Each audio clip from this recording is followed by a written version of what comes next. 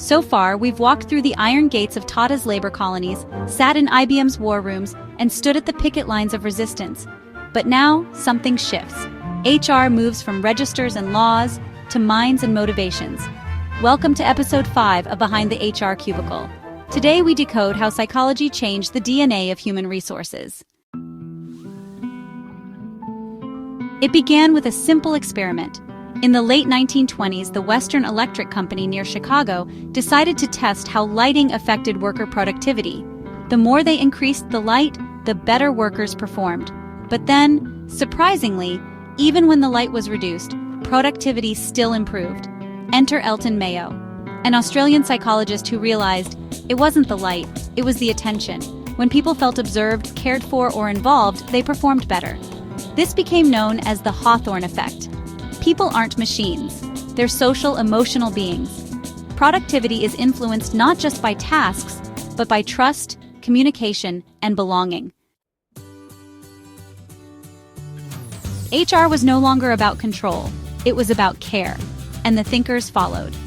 Abraham Maslow gave us the hierarchy of needs, a pyramid showing that after food and safety, people seek belonging, esteem, and growth.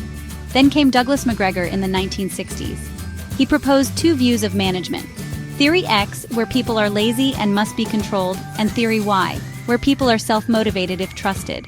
Most companies operated on X. The best shifted to Y. When HR stops managing weaknesses and starts nurturing potential, leadership is born. Back in India, these ideas weren't ignored.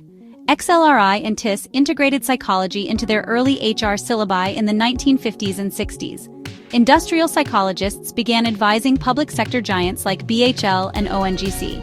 HR practices in India began to mirror a new thought, that morale, motivation, and mental health were just as important as policy and payroll.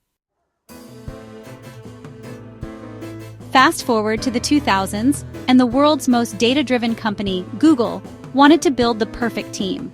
Project Aristotle was launched. After months of analysis, the top factor wasn't education, intelligence, or experience. It was psychological safety, the feeling that you won't be judged for speaking up. From Mayo to Maslow to Google, the message is clear. When HR protects a person's voice, it unlocks their value, learning. HR began with registers and rules, but the human in human resources came alive when psychology entered the factory floor. When minds were understood, not just hands managed. The baton passed from managers to mentors, from authority to empathy, and HR became not just a department, but a culture-shaping force. In the upcoming episode, we'll unpack how psychological theories and real-world case studies influenced HR's evolution and reshaped leadership, and why the best HR leaders think like philosophers. Don't forget to like, share, and subscribe. We're decoding HR, one cubicle at a time. This is Behind the HR Cubicle by Heena Rai.